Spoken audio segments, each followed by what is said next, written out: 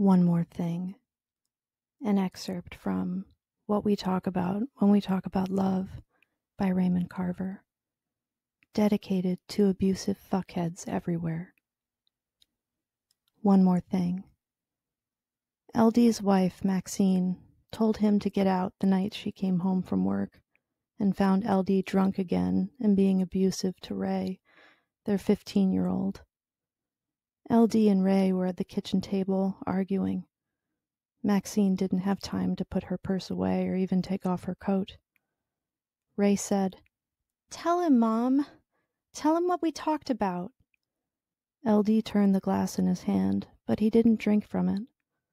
Maxine had him in a fierce and disquieting gaze. "Keep your nose out of things you don't know anything about," LD said. LD said, "I can't take anybody seriously who sits around all day reading astrology magazines." "This has nothing to do with astrology," Ray said. "You don't have to insult me."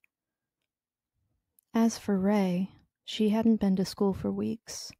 She said no one could make her go. Maxine said it was another tragedy in a long line of low-rent tragedies. "Why don't you both shut up?" Maxine said. "My God, I already have a headache." "Tell him, Mom," Ray said. "Tell him it's all in his head.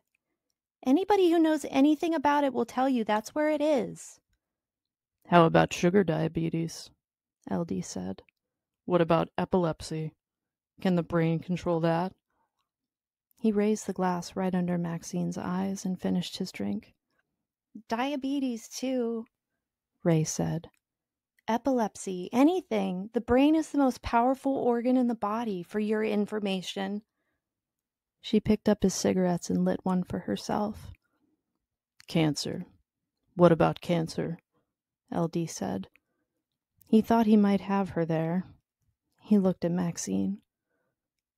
"I don't know how we got started on this," LD said to Maxine. "Cancer," Ray said, and shook her head at his simplicity. "Cancer, too. Cancer starts in the brain." "That's crazy," LD said. He hit the table with the flat of his hand. The ashtray jumped. His glass fell on its side and rolled off. "You're crazy, Ray. Do you know that?" "Shut up," Maxine said.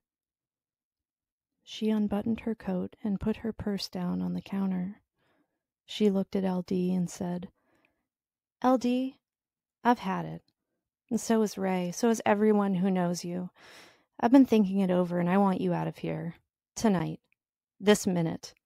Now. Get the hell out of here right now." LD had no intention of going anywhere. He looked from Maxine to the jar of pickles that had been on the table since lunch. He picked up the jar and pitched it through the kitchen window. Ray jumped away from her chair. "God, he's crazy!" She went to stand next to her mother. She took in little breaths through her mouth. "Call the police," Maxine said. "He's violent. Get out of the kitchen before he hurts you. Call the police," Maxine said. They started backing out of the kitchen. "I'm going," LD said. "All right, I'm going right now," he said. "It suits me to a T. You're nuts here anyway. This is a nut house. There's another life out there. Believe me, this is no picnic. This nut house." He could feel air from the hole in the window on his face. "That's where I'm going," he said. "Out there," he said, and pointed. "Good," Maxine said. "All right, I'm going," LD said. He slammed down his hand on the table. He kicked back his chair. He stood up. "You won't ever see me again," LD said. "You've given me plenty to remember you by," Maxine said. "Okay," LD said. "Go on. Get out," Maxine said. "I'm paying the rent here and I'm saying go. Now." "I'm going," he said. "Don't push me," he said. "I'm going." "Just go," Maxine said. I'm leaving this nut house, LD said. He made his way to the bedroom and took one of her suitcases from the closet. It was an old white Naugahyde suitcase with a broken clasp. She'd used to pack it full of sweater sets and carry it with her to college. He had gone to college too. He threw the suitcase onto the bed and began putting in his underwear, his trousers, his shirts, his sweaters, his old leather belt with the brass buckle, his socks, and everything else he had. From the nightstand he took magazines for reading material. He took the ashtray. He put everything he could into the suitcase, everything it could hold. He fastened the one good side, securing the strap, and then he remembered his bathroom things. He found the vinyl shaving bag up on the closet shelf behind her hats. Into it went his razor and his shaving cream, his talcum powder and his stick deodorant and his toothbrush. He took the toothpaste too, and then he got the dental floss. He could hear them in the living room talking in their low voices. He washed his face. He put the soap and towel into the shaving bag. Then he put in the soap dish and the glass from over the sink and the fingernail clippers and her eyelash curlers. He couldn't get the shaving bag closed, but that was okay. He put on his coat and picked up the suitcase. He went into the living room.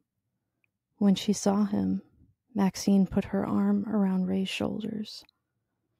This is it, LD said. This is goodbye, he said. I don't know what else to say except I guess I'll never see you again.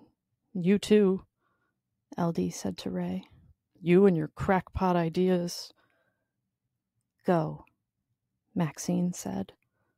She took Ray's hand. Haven't you done enough damage in this house already? Go on, LD. Get out of here and leave us in peace. Just remember, Ray said, it's in your head.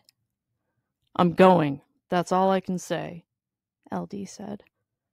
Any place, any way from this nut house, he said. That's the main thing. He took a last look around the living room, and then he moved the suitcase from one hand to the other and put the shaving bag under his arm. I'll be in touch, Ray.